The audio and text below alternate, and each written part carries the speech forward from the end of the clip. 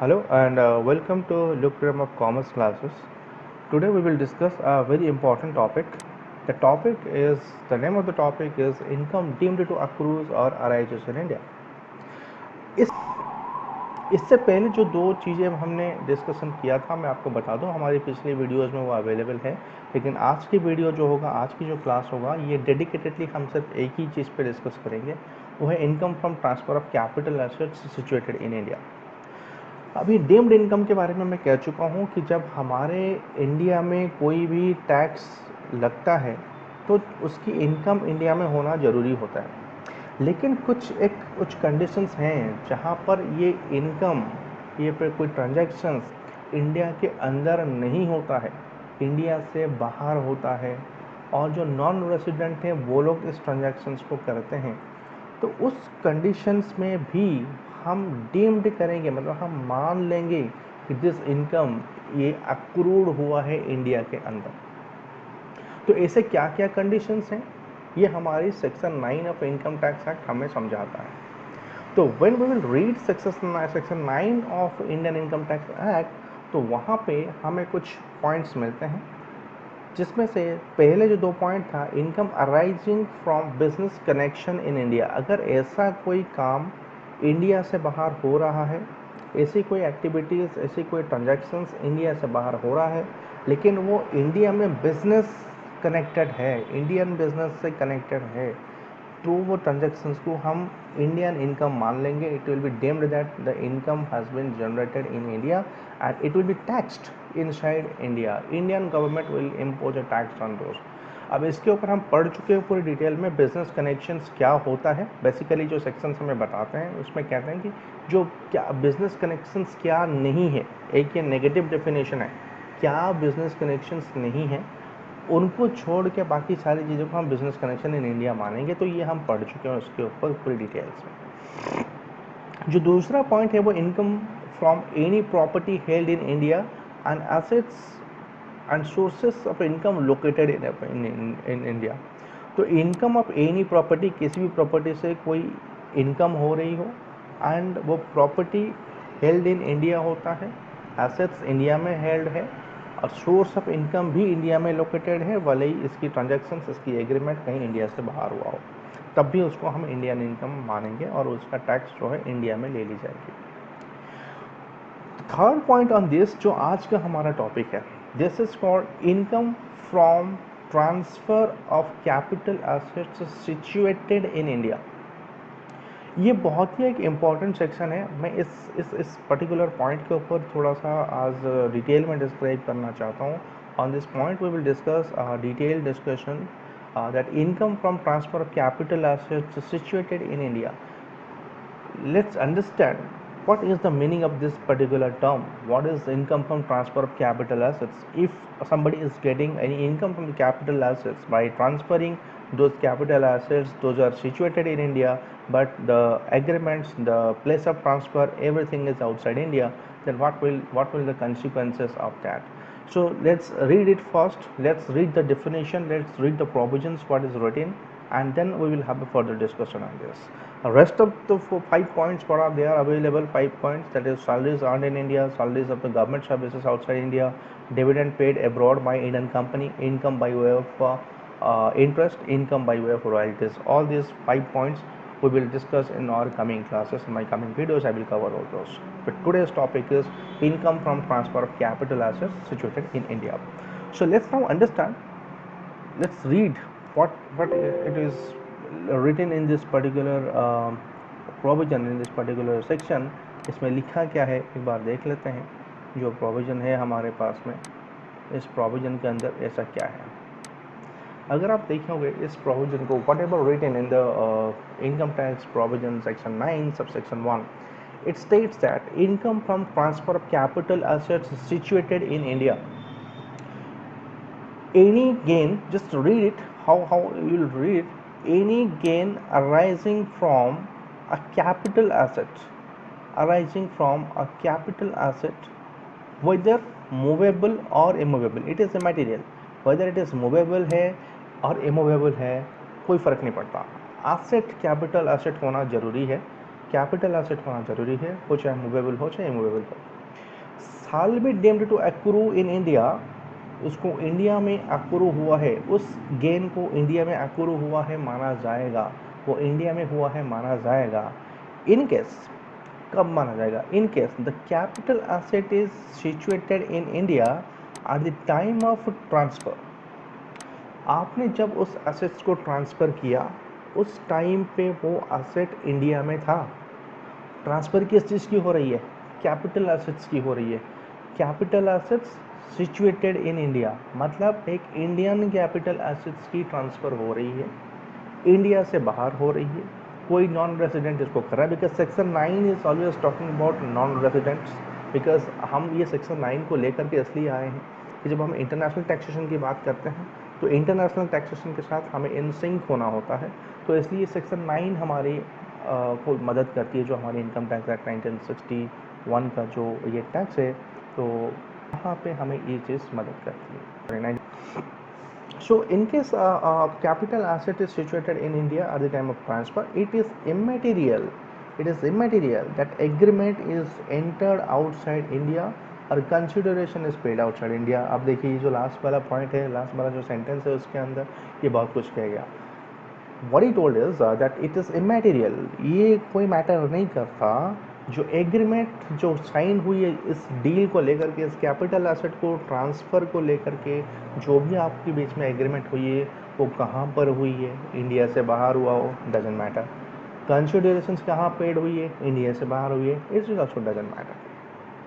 ठीक है, अब ये था हमारा ये सेक्शन 9 सब सेक्शन 1 का ये provision, income from transfer of capital asset situated in India. अगर कैपिटल एसेट इंडिया में सिचुएटेड है और उस कैपिटल एसेट की कुछ भी ट्रांसफ़र हो रहा है और ये ट्रांसफ़र इंडिया से बाहर हो रही हो, एग्रीमेंट इंडिया से बाहर हो रही हो, कोई नॉन रेजिडेंट कर रहा हो या फिर इसका कंसिडरेशन कहीं बाहर पे हो रहा हो, उससे कोई फ़र्क नहीं पड़ता। अब यहाँ अगर आप इस पर्टिकुलर सेंटेंस को समझ चुके हो तो एक छोटी सी सवाल है मेरे मन में। उस सवाल कुछ इस तरीके से है कि अगर कोई ऐसा एसेट इंडियन कंपनी के हैं, इंडियन कंपनी के कोई भी एसेट हैं, लेकिन उस इंडियन कंपनी की एक होल्डिंग कंपनी बाहर है, इंडिया से बाहर एस्टेब्लिशमेंट है, वो इनकॉर्पोरेटेड है इंडिया से बाहर, और कोई उस जो इंडिया के बाहर जो वो कंपनी है, the company which is situated outside India and it is apparently a holding company of a Indian company and any assets is transferred from that company to any other company in foreign soil, whether that will be taxable in India or not, नहीं आई समझ में क्या बोलना चाह रहा हूँ मैं? ये कहना चाह रहा हूँ अगर कोई इंडियन कंपनी है, उस इंडियन कंपनी की एक होल्डिंग कंपनी बाहर है, फॉरेन में है, लेट्स से यूके में है, अब उस फॉरेन कंपनी की जो कि इंडियन कंपनी की होल्डिंग कंपनी है, अगर उस कंपनी से कोई भी ट्रांसफ़र होता है किसी भी शेयर, उस कंपनी से किसी एक थर्ड फॉरेन कंट्री में कहीं एक कंपनी सिचुएटेड है उसको ट्रांसफ़र हो रहा है, तो क्या इसको इंडियन कंपनी की ट्रांसफ़र माना जाएगा? इंडियन कंपनी में जो शेयर्स हैं उसका ट्रांसफ़र माना जाएगा? इसके बारे में ये पर्टिकुलर सेक्शन क्या कहती है, क्या है, इसके ऊपर एक बहुत अच्छा सा एक इंटरेस्टिंग सा केस है, उसको पहले देखते हैं। Again I will come back to this point. ठीक है, तो आपको ये केस कुछ इस तरीके से हुआ था कि एक कंपनी हुआ करती थी, आई थिंक आज भी है अवेलेबल, वो कंपनी आप लोगों के साथ में है, बड़ा आपका डे टू डे यूज़ में है वो कंपनी है। उस कंपनी का नाम है वोडाफोन इंडिया लिमिटेड। आपने जानते ही होंगे उस कंपनी को, वोडाफोन इंडिया लिमिटेड को। ये जो वोडाफोन इंडिया लिमिटेड और कमिश्नर ऑफ इनकम टैक्स, इनके बीच में एक केस हुआ। अब इसका मैं थोड़ा बैकग्राउंड बता देता हूँ हुआ क्या है। अब वोडाफोन जो है ये एक यूके बेस्ड कंपनी है। कहाँ की कंपनी है वोडाफोन? एक यूके बेस्ड कंपनी। अगर आप यहाँ देख पा रहे होंगे मेरे स्लाइड के अंदर, तो वोडाफोन मैंने यहाँ पे लिखा हुआ है, वोडाफोन एक यूके बेस्ड कंपनी है। इसका जो कंट्री है जहाँ पे रजिस्टर्ड है ये नीदरलैंड से बिलोंग करता है।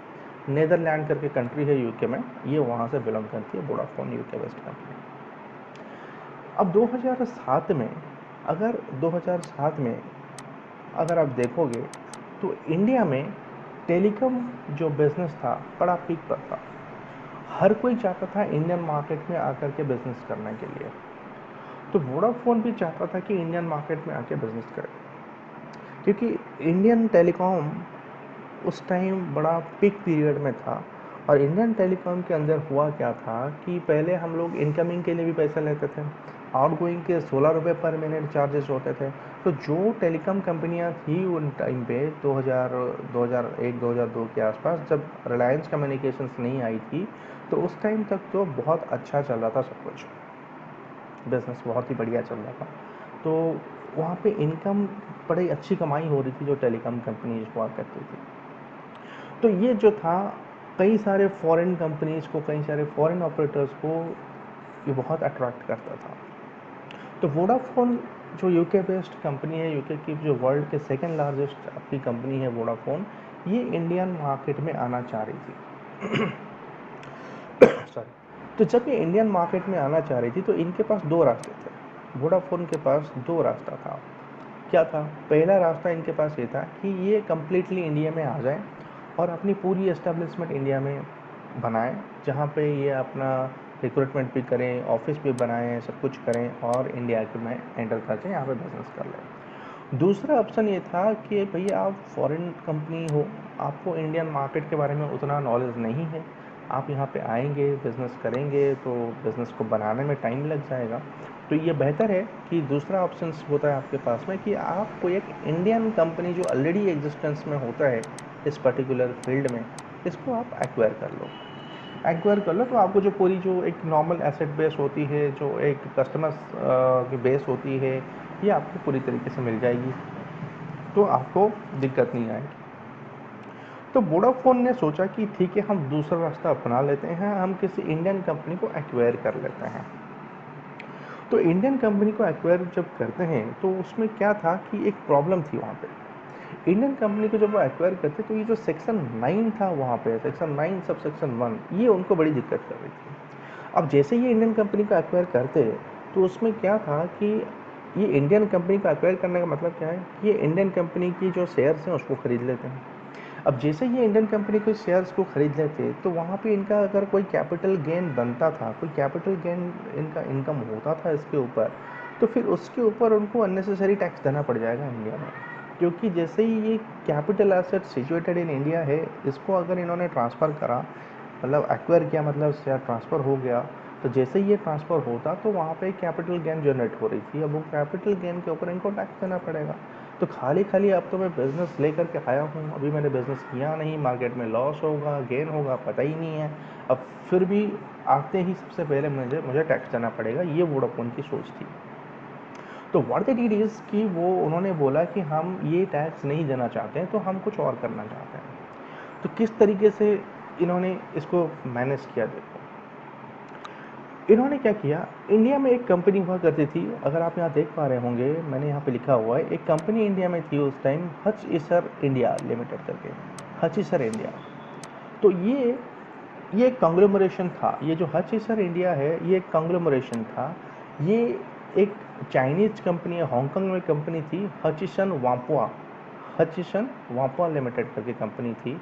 वो एक कंपनी, वो चाइनीज कंपनी थी, हांगकांग की कंपनी सॉरी। और एक इंडिया में ईसर ग्रुप था, ईसर ग्रुप, ये रुइया वालों का है ईसर ग्रुप। तो ये हचिसन और ईसर, ये दोनों मिलके इंडिया में बिजनेस कर रहे थे। और ये हच टेलीकॉम के नाम से एक टेलीकॉम कंपनी हुआ करती थी पहले, 2007 से पहले। और ये कंपनी ने खूब कमाया, मतलब इनकी जो बिज़नेस थी बहुत अच्छी थी, इन्होंने अच्छा खासा इंडिया मार्केट से कमाया। लेकिन जैसे इंडियन मार्केट में हुआ क्या, टेलीकॉम मार्केट के अंदर जैसे आपकी इंडियन प्लेयर्स आने लग गए, आपकी भारतीय एयरटेल थोड़ी एग्रेसिवली बिजनेस करने लग गया, फिर आपकी जो रिलायंस कम्युनिकेशन है वो आ गए, आपके इनकमिंग्स फ्री हो गए। तो अब हच जो है वो इंडिया से बाहर निकलना चाह रहा था, वो इंडियन मार्केट से उब चुका था। तो वो चाह रहा था कि मैं इंडियन मार्केट से बाहर निकल जाऊँ। तो वहाँ पे जो एक इंडिया मार्केट छोड़ना चाहता है और एक इंडियन मार्केट में आना चाहता है, तो ये चीज़ वोडाफोन की नज़र में आ गई। तो वोडाफोन जो कि एक यूके बेस्ड कंपनी है, इन्होंने क्या बोला, इन्होंने ये हचिसन वापुआ लिमिटेड जो है हांगकांग में, उनके साथ इनकी बातचीत शुरू हुई। इन्होंने सारी बात बताई कि ठीक है, हम इंडिया में आ जाएंगे और हम जो आपका जो बिज़नेस है इंडिया में, ये जो हचिसन इंडिया लिमिटेड है, इसको एक्वायर कर लेंगे चाहते हैं, हम टैक्स नहीं देना चाहते इसके ऊपर। तो हुआ क्या, इन लोगों ने एक नेक्सस बनाई। अब नेक्सस क्या था कि इंडिया में हम टैक्स नहीं देंगे, हम टैक्स की अवॉइडेंस कर लेंगे, बट लॉ में रह के करेंगे, लॉ को ब्रेक नहीं करेंगे। इंडियन जो लॉ है, इंडियन लॉ को हम ब्रेक नहीं करेंगे, ठीक है। तो इन्होंने क्या किया, जो हचिसन वाम्पा कंपनी है, हचिसन वाम्पा कंपनी ये कहाँ की कंपनी है, चाइनीज कंपनी। ये वोडाफोन जो है ये यूके बेस्ड कंपनी। अब देखिए, ये वोडाफोन यूके बेस्ड कंपनी है, मतलब ये इंडिया से बाहर है, नॉन रेजिडेंट। एक हचिसन वाम्पा है, ये भी एक नॉन रेजिडेंट है। अब इन दोनों में आपस में डिस्कस कर रहे हैं। तो हचिसन वाम्पा का इन्होंने क्या किया, एक सीजीपी करके कंपनी फ्लोट किया, सीजीपी लिमिटेड करके कंपनी फ्लोट किया। कहाँ पे, कैमन आइलैंड पर। अब कैमन आइलैंड जो है ये एक टैक्स हेवन कंट्री है। यहाँ पे आप कोई भी बिज़नेस करते हो और उस बिज़नेस पे अगर आपको कुछ गेन होता है तो इनका बहुत ही मिनिमम अमाउंट का टैक्स होता है, या ना के बराबर टैक्सेस होती है। तो ये टैक्स हेवन कंट्रीज है बेसिकली। तो हचिसन वाम्पा ने एक अपनी सब्सिडरी कंपनी फ्लोट कर दिया, उसका नाम हो गया सीजीपी लिमिटेड। अब ये सीजीपी लिमिटेड का ऑब्जेक्टिव क्या डिसाइड किया गया, इस सीजीपी कंपनी का ऑब्जेक्टिव ये था कि ये कंपनी जो है ये हचिसन वाम्पा की जितने भी फॉरेन इन्वेस्टमेंट्स हैं वो सारी फॉरेन इन्वेस्टमेंट्स की टेक केयर करता है, और कहाँ पे इन्वेस्ट करना है, कहाँ से विड्रॉ करना है, कौन सी मार्केट में पैसा डालना है। तो इसकी इस तरीके से एक ऑब्जेक्टिव बनाया गया और कंपनी को फ्लोट कर दिया गया। और हचिसन वाम्पा की जो 100% स्टेक है वो सीजीपी कैमन आइलैंड के अंदर था। तो मतलब सीजीपी कैमन आइलैंड एक 100% सब्सिडरी कंपनी बन गई हचिसन वाम्पा लिमिटेड की, ठीक है। यहाँ तक आ गई बात समझ में। और ये सीजीपी जो कंपनी है, इन्होंने क्या किया, इस कंपनी की एक कंपनी इन्होंने और फ्लोट किया इंडिया के अंदर, उसका नाम दिया Hutch international telecommunication India limited. क्या नाम दिया, Hutch international telecommunication India limited. अब ये जो Hutch international telecommunications India limited है, ये बन गई सीजीपी का, जो कैमन आइलैंड के अंदर जो कंट्री था, जो कंपनी था, उस कंपनी का ये जो Hutch international telecommunication India limited है, ये सीजीपी की एक 100% सब्सिडरी बन गई। तो अगर आप इस इक्वेशन को देखो तो मतलब हचिसन वाम्पा का 100% सब्सिडरी सीजीपी है, सीजीपी का 100% सब्सिडरी हच इंटरनेशनल, जो Hutch international telecommunication India limited है। अभी जो अगर आप इस इक्वेशन को देखोगे तो हचिसन वाम्पा का भी ये जो हच इंटरनेशनल टेलीकम्युनिकेशन इंडिया है, ये उसकी भी सब्सिडरी बन गई, क्योंकि ये सब्सिडरी की सब्सिडरी है। तो अभी मेन जो होल्डिंग कंपनी है वो हचिसन वाम्पा बना हुआ है। अब हचिसन वाम्पा का 100% शेयर सीजीपी में है, सीजीपी का सीजीपी ने 100% share Hutchison international telecommunication limited का रखा हुआ है। तो मतलब ये इसकी सब्सिडरी, मतलब ये हचिसन है, ये सब्सिडरी है सीजीपी की, और सीजीपी जो है ये सब्सिडरी है हचिसन वाम्पा की। तो अल्टीमेटली ये कंपनी भी इसी की ही सब्सिडरी बन गई, ठीक है। अब ये जो Hutchison international telecommunication India limited है, इन्होंने क्या किया, इन्होंने इंडिया में जो हच ईसर करके जो कंपनी थी उसके साथ इन्होंने एक जॉइंट वेंचर कर लिया कुछ टाइम के लिए, एक प्रोजेक्ट के लिए इन्होंने जॉइंट वेंचर बना लिया। अब उस जॉइंट वेंचर में हुआ क्या, देखिए यहाँ पे मज़ा आ गया इस केस के अंदर।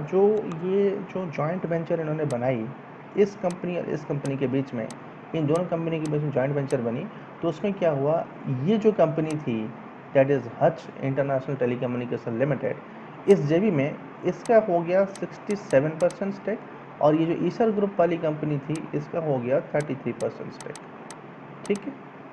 अच्छा, अब जब ये 67% स्टेक ये जो हच इंटरनेशनल टेलीकम्युनिकेशन लिमिटेड है ये होल्ड कर रहा है हच ईसर के अंदर जेबी में, तो कहीं ना कहीं ये जो Hutch international telecommunication India limited है, ये हच ईसर इंडिया की होल्डिंग कंपनी बन गई, क्योंकि 67% शेयर इसके अंदर, इसका 67% इसके अंदर है, तो ये उसकी भी होल्डिंग बन गई।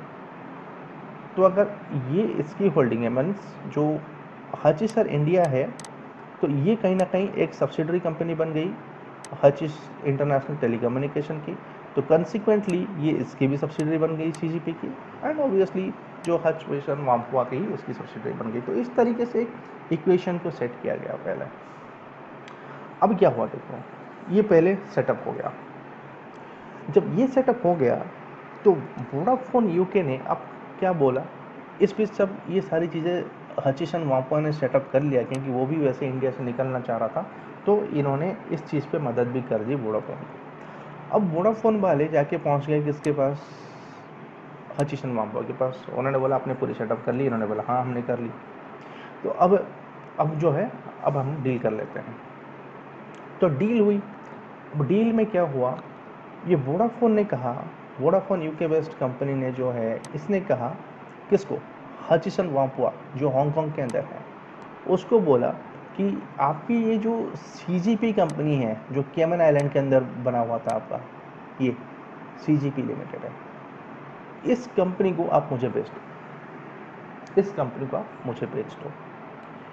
तो और जो सेल प्रोसेस होगा वो सेल प्रोसेस कुछ 55,000 करोड़ की बनेगी, ठीक है।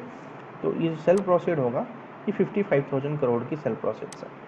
तो 55,000 crore Vodafone UK based company ने हचिसन वाम्पुआ को दिया सीजीपी को खरीदने के लिए, जो कैमन आइलैंड के अंदर है। इस डील में अगर आप देखोगे, एक यूके बेस्ड कंपनी है जो कि हांगकांग बेस्ड कंपनी से एक कंपनी खरीद रही है, जो कंपनी कैमन आइलैंड में किसी थर्ड कंट्री में है। तीनों की तीनों पार्टी इंडिया से बाहर है, तीनों की तीनों प्लेस इंडिया से बाहर है, ठीक है।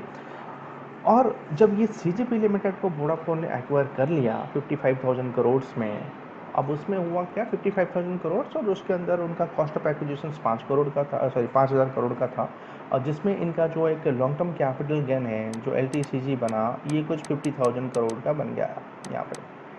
अब ये 50,000 करोड़ का जब लॉन्ग टर्म कैपिटल गेन बन गया और सीजीपी लिमिटेड को वोडाफोन यूके बेस ने एक्वायर कर लिया, तो कहीं ना कहीं अगर आप देखो तो इनडायरेक्टली ये जो इंडिया का जो हच ईसर कंपनी है ये भी वोडाफोन के पास आ गया, इनडायरेक्टली नॉट डायरेक्टली, इनडायरेक्टली आ गया।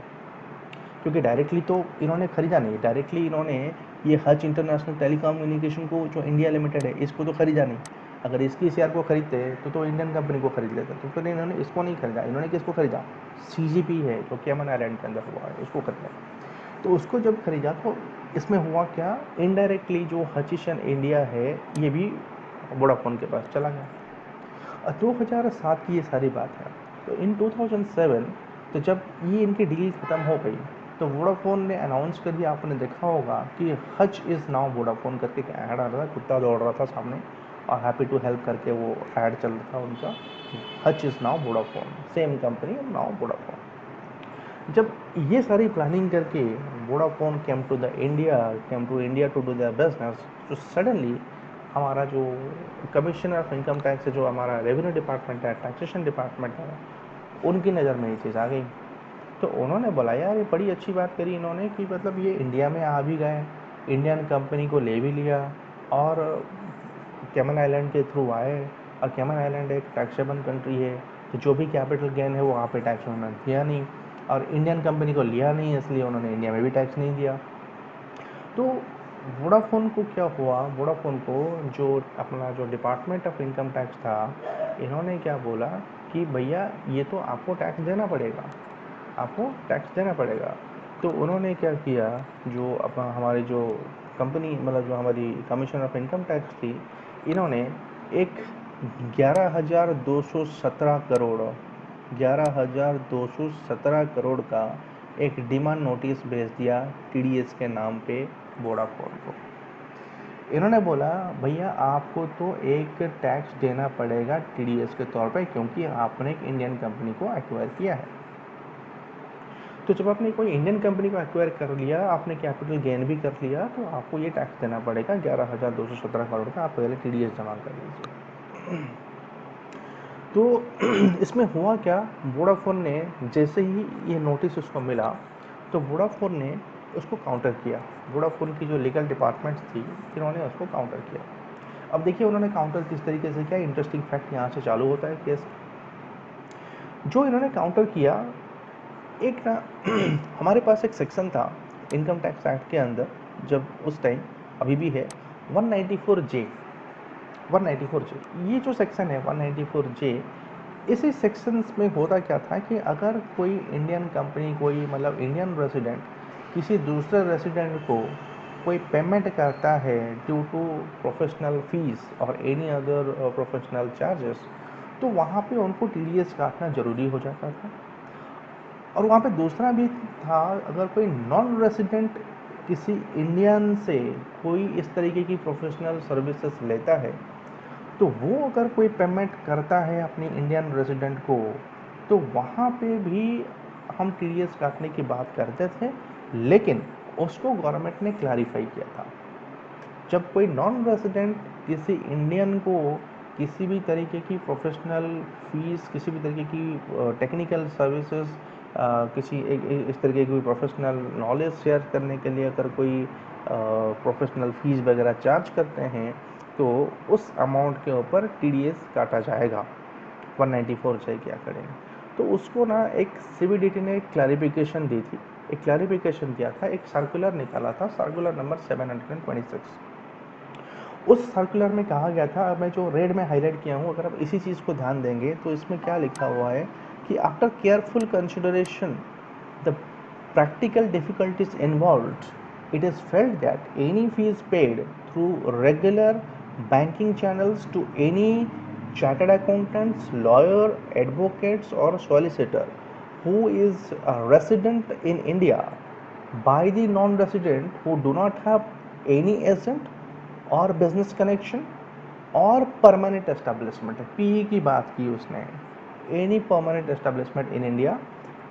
उसके बाद आगे लिखता है not be subject to the provisions of tax deducted at source under section 194J of income tax. तो कहने का मतलब ये था कि अगर इस सर्कुलर में इन्होंने क्लैरिफाई कर दिया, अगर कोई इस तरीके से कोई नॉन रेसिडेंट हैं जो इंडिया में से इंडियन किसी रेसिडेंट से कोई सर्विसेज लेते हैं, being services for professional fees and technical services, तो अगर जो नॉन रेसिडेंट किसी इंडियन को पेमेंट कर रहे हैं, अगर उन नॉन रेसिडेंट का इंडिया में कोई परमानेंट एस्टेब्लिशमेंट नहीं है, if there is no PE, then no need to pay any tax.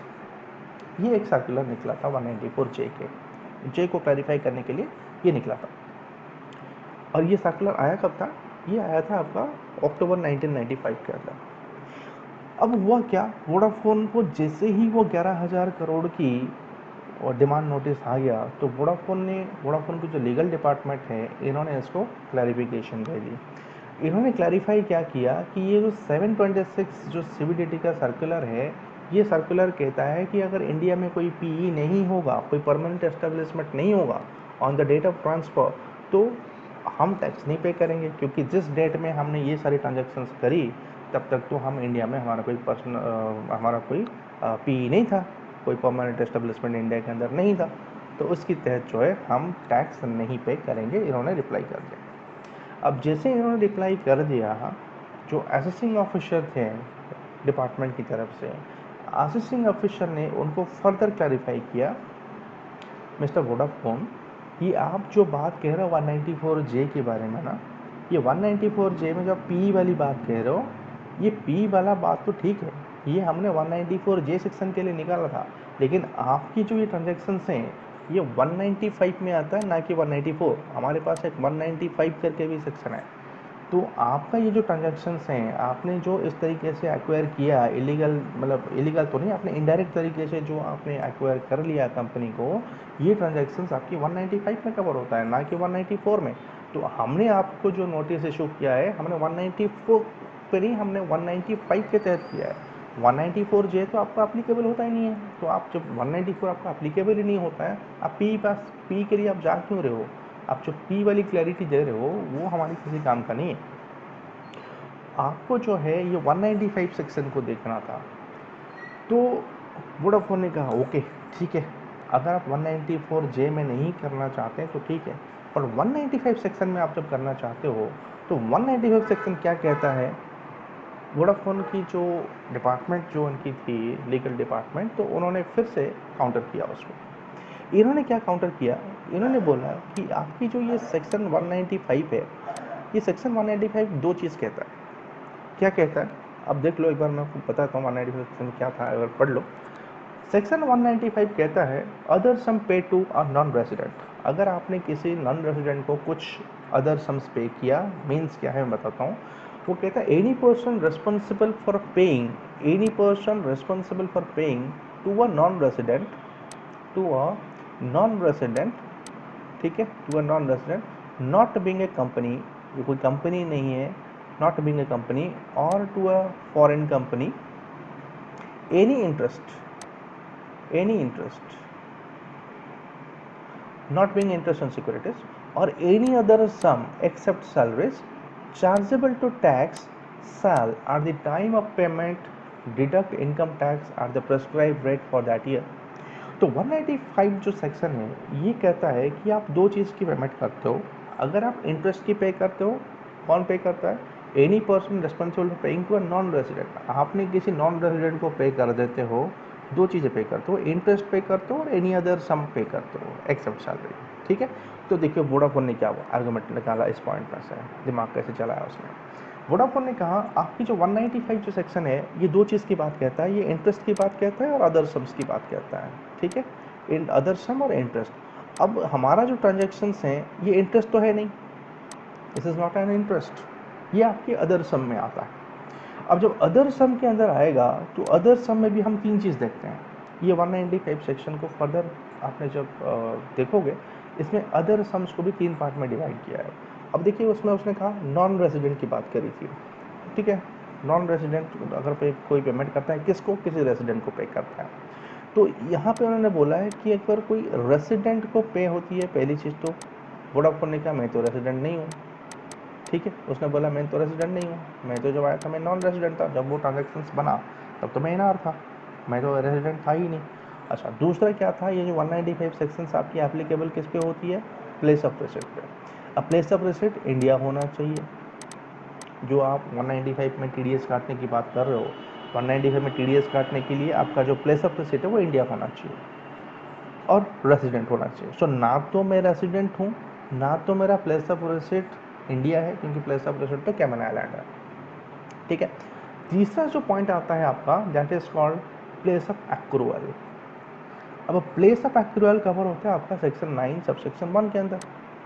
ये तो आपने जो मुझे ये जो 11,000 करोड़ की जो डिमांड नोटिस दिया है, ये 11,217 करोड़ की डिमांड नोटिस दिया आपने इस सेक्शन के तहत दी हुई है मुझे, ठीक है, क्योंकि इस सेक्शन में आप बोल रहे हो कि मेरा एक्रूअल इनकम है, 9(1) के अंदर एक्रूअल इनकम है।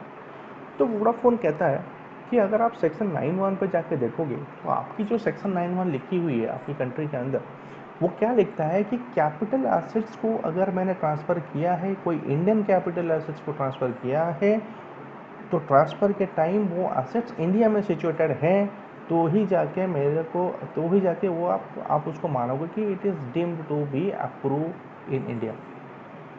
लेकिन जो मेरे केस में हुआ है, मैंने जो शेयर एक्वायर किया है मैंने सीजीपी कैमन आइलैंड की है, मैंने आपकी इंडिया में जो हचिसर इंडिया है या फिर जो इंडिया में जो आपका Hutch international telecommunication India limited है, मैंने उसको एक्वायर नहीं किया है, मैंने सीजीपी कैमन आइलैंड को एक्वायर किया है।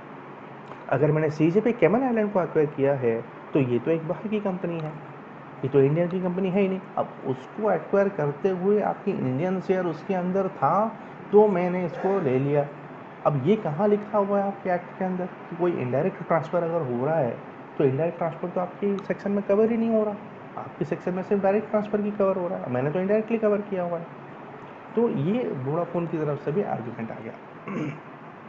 तो जब वोडाफोन ने ये आर्गूमेंट किया तो ये बात चली गई बॉम्बे हाई कोर्ट के पास में, ठीक है, वोडाफोन ने ये आर्गूमेंट दिया और उसके बाद बॉम्बे हाई कोर्ट में भी चला गया इस पिटिशन के अगेंस्ट में कि मुझे ये डिमांड नोट नहीं देनी, मैं ये डिमांड नहीं पे करूँगा। तो जब वोडाफोन चला गया बॉम्बे हाई कोर्ट के पास में, तो देखिए बॉम्बे हाई कोर्ट ने क्या डिसीजन दिया, ठीक है। अब देखते हैं बॉम्बे हाई कोर्ट में क्या हुआ। देखो जब बॉम्बे हाई कोर्ट के अंदर गया तो बॉम्बे हाई कोर्ट ने दोनों तरफ की दलीलें सुन लिया, जो भी दोनों तरफ की दलीलें थी बॉम्बे हाई कोर्ट ने सुना।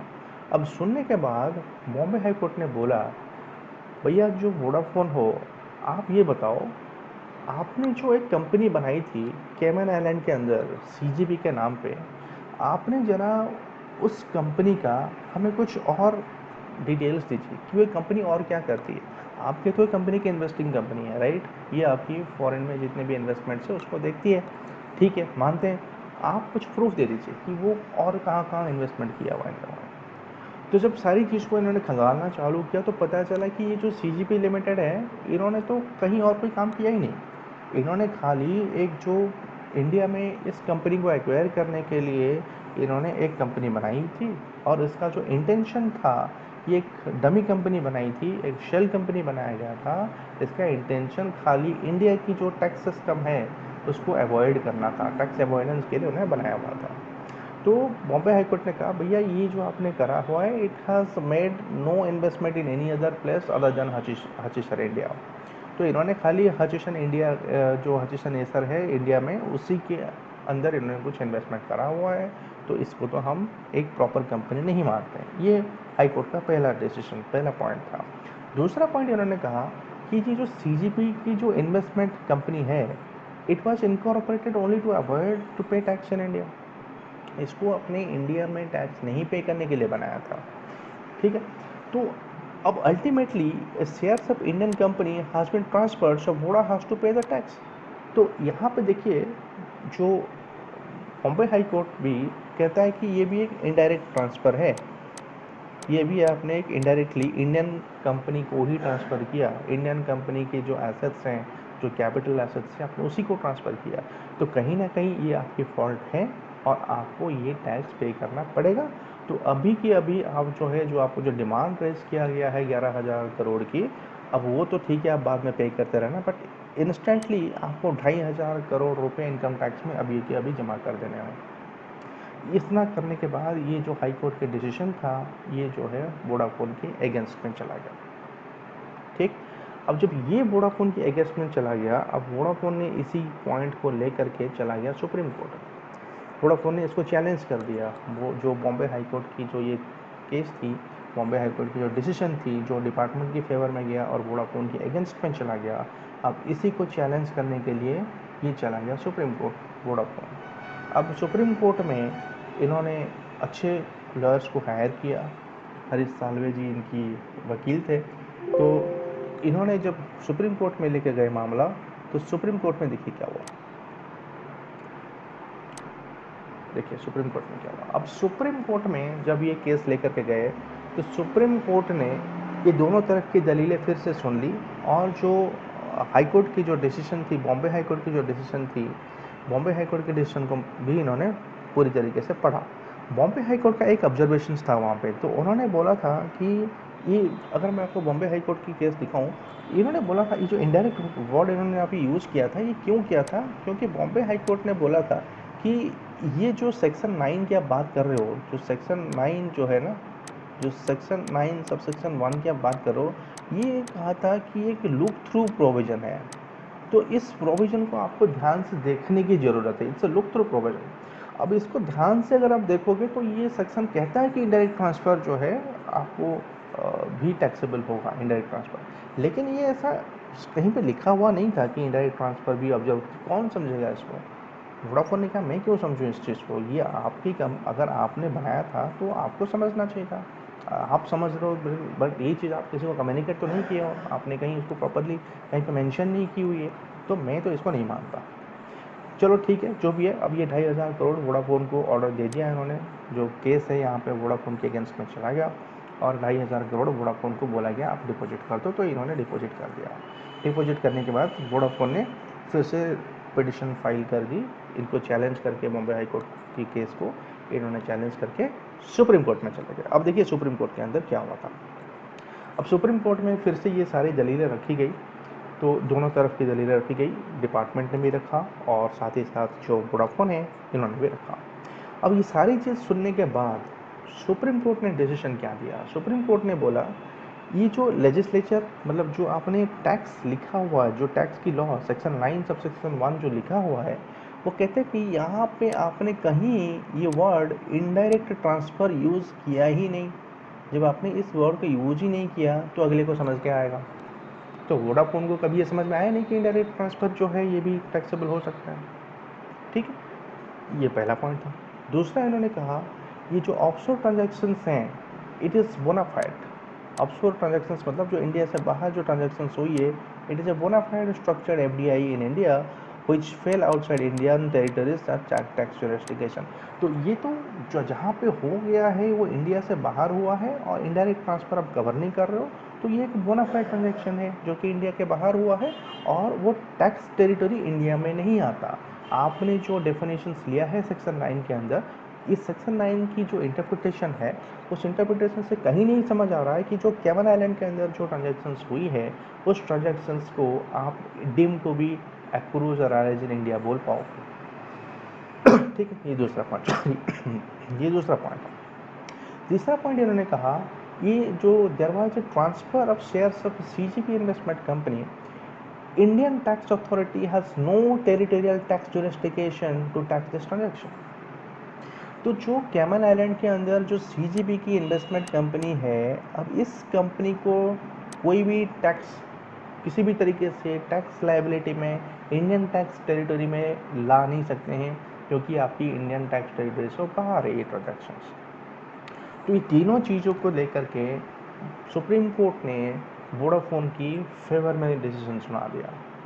तो जो बॉम्बे हाई कोर्ट की जो डिसीजन था उसको सुप्रीम कोर्ट ने ओवरराइड कर लिया और सुप्रीम कोर्ट ने डिपार्टमेंट को भी ये एक दे दिया, डिपार्टमेंट को भी ये जजमेंट दे दिया, डिपार्टमेंट को भी एक डायरेक्शन दी कि जो पैसे आपने लिए हैं वोडाफोन से that is 2500 crore, you have to return it with 4% interest per annum in 2 months time. 2 महीनों में आपको ये 2500 करोड़ 4% इंटरेस्ट के साथ वापस करना पड़ेगा।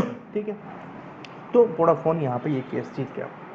जब वोडाफोन ये केस जीत गया तो डिपार्टमेंट ने भी फिर सुप्रीम कोर्ट से बात करी, तो डिपार्टमेंट ने भी बोला कि जी माननीय कोर्ट आपको भी ये दिख रहा है कि ये हमारी जो इंडियन लॉ है इसकी कम्प्लीटली वायोलेशन है।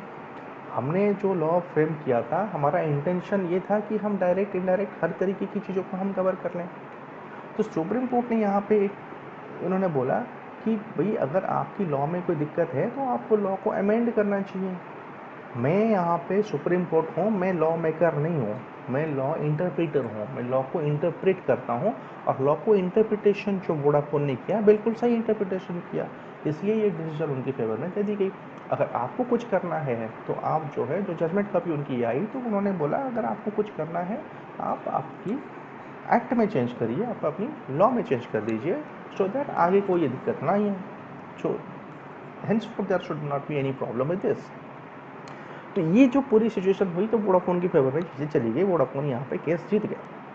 और ये जो केस शुरू हुआ था 2008 से लेकर के, साथ में वोडाफोन आ गई थी 2008 से लेकर के शुरू हुआ, तो ये सारी चीज़ें जब high court supreme court review petition ये जो चीज़ें हुई इस दरमियान 2011 बन गया। 2011 8 से 11 3 साल निकल गए इसी बीच। अब देखिए 2011 में ये डिसीजन आ गया। अब 2012 के अंदर तब हमारे जो प्रणब मुखर्जी जी थे, ठीक है, ये हमारे फाइनेंस मिनिस्टर थे, तो इन्होंने क्या बोला कि चलो हम लॉ को अमेंड करते हैं। इन्होंने लॉ को अमेंडमेंट कर दिया। अब जो अमेंडमेंट किया क्या किया इन्होंने फर्दर उसको थोड़े एक्सप्लेन कर दिया। तो वो जो सेक्शन 9 सब सेक्शन 1 था तो वहाँ पे इन्होंने एक एक्सप्लेनेशन इंसर्ट कर दिया उस एक्ट के नीचे, दैट इज़ एक्सप्लेनेशन नंबर 5। अब देखिए 2012 की जो हमारी एनुअल बजट बनती है 2011 में तो केस की डिसीजन आ गया था सुप्रीम कोर्ट की। अब 2012 में जो हमारी एनुअल बजट होती है उस बजट में उन्होंने क्या बताया, इन्होंने बोला फॉर रिमूवल ऑफ डाउट्स, जो इंसर्ट की इन्होंने फॉर रिमूवल ऑफ डाउट्स मैंने इटैलिक में लिखा हुआ है, it is hereby clarified that an asset और capital asset, an asset or capital asset being any share or interest in a company, चाहे शेयर हो या इंटरेस्ट ऑफ कंपनी हो, एनी एंटिटी रजिस्टर्ड, देखो रजिस्टर्ड और incorporated outside India shall be deemed to be and shall always be deemed to have been situated in India if the shares or interest derives directly or indirectly its value substantially, word use किया यहाँ पे substantially from the assets located in India.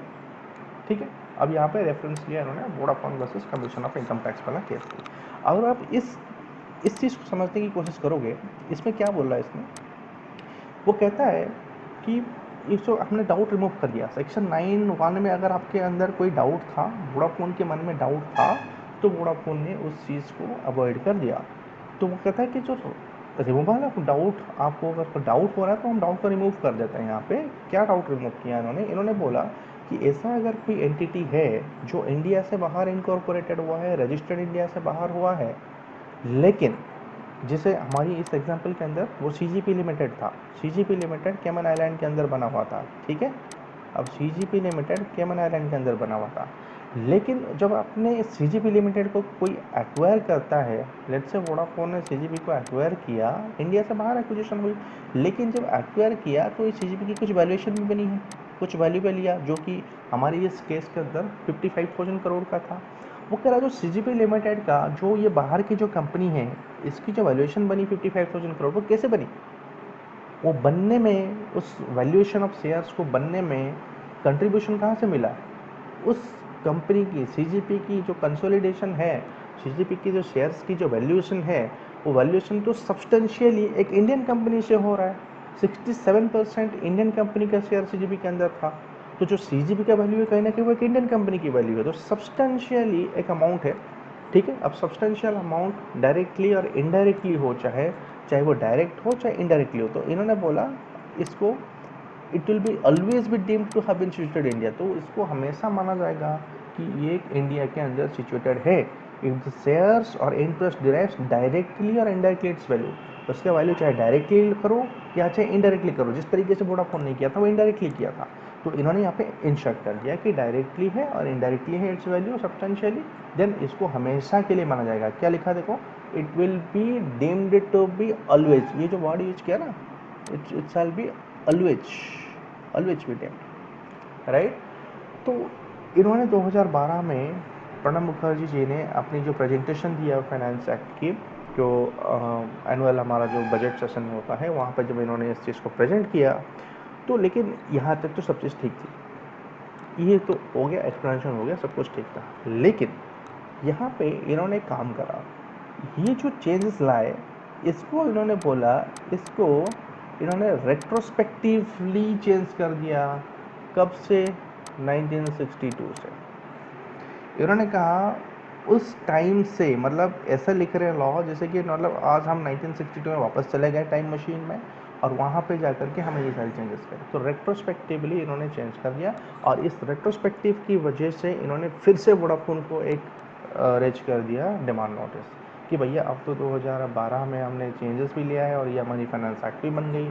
तो इन्होंने क्या किया फिर से, और जो 11,000 करोड़ की, आपको याद है 11,000 करोड़ की जो पहले इन्होंने डिमांड नोटिस रेज की थी, अब उसके ऊपर इन्होंने इंटरेस्ट भी ऐड कर लिया, तो कुछ मिला जुला के 14,000 करोड़ की फिर से एक डिमांड नोटिस रेज कर दिया वोडाफोन के ऊपर। अब इस बार क्या हुआ, अब इस बार वोडाफोन ने फिर से जब ये नोटिस को देखा, तो वोडाफोन ने देखा कि भाई ये तो फिर से मेरे पीछे ही पड़ गए, रेट्रोस्पेक्टिवली कर रहे हैं। तो वोडाफोन ने क्या किया, अब इंटरनेशनल आर्बिट्रेशन में चला गया। तो वोडाफोन ने बोला कि भैया जिस डेट को आप लोगों ने ये ट्रांजैक्शंस हमने किया, हमने जो जिस डेट को ये कैमन आइलैंड में हमने जो सारी चीज़ें करी, उस डेट को आपकी कंट्री के अंदर लॉ क्या था हम वही देखेंगे, ना कि आपने बाद में कोई चेंजेस करी फिर उसको रेट्रोस्पेक्टिव कर दिया। ऐसे तो हर चीज़ आप रेट्रोस्पेक्टिवली कर लोगे। तो फिर जो आपका इंटरनेशनल जो आपकी लॉ बना हुआ है, जो नीदरलैंड्स के साथ आपका एक इंटरनेशनल टैक्सेशन की है, जो आपकी एक एग्रीमेंट्स हैं, तो फिर आप उस एग्रीमेंट को वायोलेट कर रहे हो। आपका एक जो इंटरनेशनल लॉ बना हुआ है, ट्रेड इंटरनेशनल ट्रेड एग्रीमेंट्स हैं, आप उसको वायोलेट कर रहे हो। तो फिर ये इंटरनेशनल कोर्ट पे चला गया, चीज़ें इंटरनेशनल आर्बिट्रेशन पे चला गया। और ये केस तब से पेंडिंग चल रहा था, सिंस 2012 से लेकर के ये केस पेंडिंग था, लेकिन 2014 में भी इनको रिमांड नोटिस गया था। तो वहाँ तब से लेकर के अभी तक ये चल रहा था कोर्ट में केस। हाल ही में कुछ 4-6 दिन पहले लास्ट वीक जो एक डिसीजन आया, तो उसमें क्या हुआ, इंटरनेशनल आर्बिट्रेशन ने बोला कि ये तो इंडियन गवर्नमेंट की ही गलती है, ये इंडियन गवर्नमेंट की एक विंडिक्टिव एक्टिविटीज़ है, गवर्नमेंट को विंडिक्टिव नहीं होना चाहिए। अगर कुछ लूप होल्स आपकी लॉ के अंदर था तो उस लॉ को आपको अमेंड करना है और जिस डेट से आपने अमेंडमेंट किया उसको उसी डेट से लागू करिए। हैंसफोर्थ जो भी करेगा उसको आप लागू कर देंगे, लेकिन उससे पहले जो हो चुका है वो हो चुका है। अगर पहले जाके आप रेट्रोस्पेक्टिवली कुछ ऐसे तरीके की चीज़ें कर रहे हो तो ये इंटरनेशनल लॉज के खिलाफ है, तो आपको ये चीज़ नहीं करना चाहिए। तो ये फिर इंटरनेशनल आर्बिट्रेशन में जब ये केस गया था, और इंटरनेशनल आर्बिट्रेशन में तब से केस चल रहा था। अब 26 तारीख को हमारे पास में ये न्यूज़ आ चुकी थी, जिसमें अभी हमने ये पढ़ा कि Vodafone wins 20,000 crore arbitration against India. अब आप बोलोगे सर 11,000 करोड़ वहाँ पे था और यहाँ पे तो 20,000 करोड़ हो गया, इस बीच इंटरेस्ट ऐड हो गया। तो ये इंटरेस्ट ऐड हो के इतने सालों में 11,000 करोड़ 20,000 करोड़ का बन चुका था लाइबिलिटीज़। तो ये जो लाइबिलिटीज़ बना था, अब देखिए इसमें क्या लिख रहा है, global telecom giant Vodafone has won the long pending arbitrations against India with permanent court arbitrations, right? And ruling that the income tax authorities have violated the provisions of bilateral agreement treaty with the Netherlands by amending the law retrospectively to demand over 20,000 crores in the tax and penalties. तो Netherlands के साथ जो हमारा India का एक जो investment treaty है, bilateral investment treaty, आपने इसको वायोलेट किया, आपकी कंट्री के अंदर की टैक्स ने इसी चीज़ को वायोलेट किया था। तो इस वायोलेशन की वजह से आप कभी भी वोडाफोन को ये डिमांड नोटिस रेज नहीं कर पाएंगे। ये आपकी, अगर आप इसको करते हैं तो आपकी ट्रेटी वायोलेट हो जाएगा। हम इंडिया से बाकी जो भी हमारी कंपनीज हैं, जो भी हमारी इन्वेस्टमेंट्स हैं, सारा विड्रॉ कर लेंगे उसमें। तो ये तो गलत है फिर। तो फिर उस चीज़ को इंडियन गवर्नमेंट ने भी माना और इसी के ऊपर वोडाफोन ये केस फिर से जीत गया। तो आज आप देख रहे हो कि आपकी जो वोडाफोन वाली केस थी वो ये था, ठीक है। तो आपको समझ में आ गया होगा जो कहने का मतलब था मेरा। जो हम जो एग्ज़ाम की पॉइंट ऑफ व्यू के लिए पढ़ने वाले जो एग्ज़ाम में जो लिखेंगे, अगर क्वेश्चन आता है इसके ऊपर, तो आपको सिर्फ लिखना दो चीज़ें, ये income transfer from capital asset situated in India जो है, इसकी इतना डेफिनेशन लिखनी है और साथ में जो लास्ट वाली स्लाइड में मैंने लगा रखा है एक्सप्लेनेशन, जो एक्सप्लेनेशन है इसकी ये लिखनी है। बाकी चीज़ें आपको सिर्फ समझने के लिए मैंने यहाँ पे एक्सप्लेन की हुई है, तो बाकी चीज़ों को आप रेफरेंस दे सकते हो। जब आप इस एक्सप्लेनेशन को लिखोगे, इस एक्सप्लेनेशन को लिखोगे, आप उसके नीचे आप खाली एक दे सकते हो कि reference of Vodafone and commissioner of income tax में क्या हुआ था। लेकिन मैं आप लोगों के साथ ये केस इसलिए डिस्कस करना चाह रहा था कि एक लॉन्ग पेंडिंग केस है और रिसेंटली इस केस का कोई डिसीजन हमारे पास में आया हुआ था, तो मैं चाह रहा था कि आप लोगों को ये पूरी चीज़ समझ में आ जाए। तो अभी आपने देखा कि जो deemed to accrue or arises of India होता है, तो इसमें हम बोथ डायरेक्ट एंड इनडायरेक्ट दोनों को कवर कर रहे हैं। पहले ये चीज़ें नहीं थी, पहले हालांकि इंटेंशन था, लेकिन कहीं ना कहीं इस चीज़ की क्लैरिफिकेशन नहीं थी, कोई क्लैरिटी थी ही नहीं, ठीक है। तो अगर कोई आज की डेट में आपको पूछता है क्या इनडायरेक्ट ट्रांसफ़र अगर किसी नॉन रेजिडेंट करता है, किसी इंडियन एसेट्स को इनडायरेक्टली ट्रांसफ़र कर लेता है, क्या वो deemed to be accrue or arise in India होगा? The answer to the question is yes होगा, येस होगा, ठीक है, इनडायरेक्ट होगा। ये पहले वोडाफोन आज इसलिए केस जीत गया क्योंकि ये पहले नहीं था, लेकिन अब अगर कोई करेगा तो उसको डंडा पड़ेगा, ठीक है। तो आप समझ गए ये केस। तो आई थिंक आपको चीज़ें क्लैरिटी मिल चुकी है। फिर अगली क्लासेस में, अगली वीडियो में हम सर्वेजार्ड इन इंडिया के बारे में और बाकी जो 4-5 पॉइंट्स हैं वो हम डिस्कस कर लेंगे। Income limited accrue or in India क्या होता है, ठीक है, समझ गए। Thanks a lot, thanks for watching this video and thank you, thanks for watching this present. Bye bye.